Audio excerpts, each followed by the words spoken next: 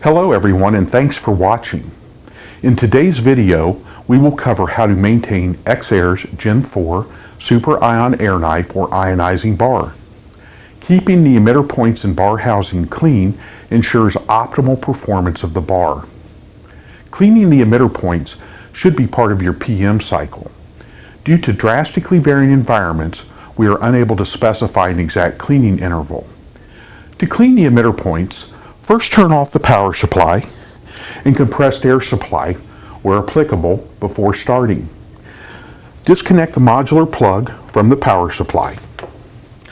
Once safely disconnected, we recommend using only a dry, non-conductive bristle brush such as a toothbrush or an acid brush to clean the emitter points. Never use wire brushes or anything abrasive that could scratch, bend, or dull the emitter points. Once the bar and points have been brushed clean, you can safely reconnect the power and resume use. If you have any questions on this video or any Exair product, give us a call.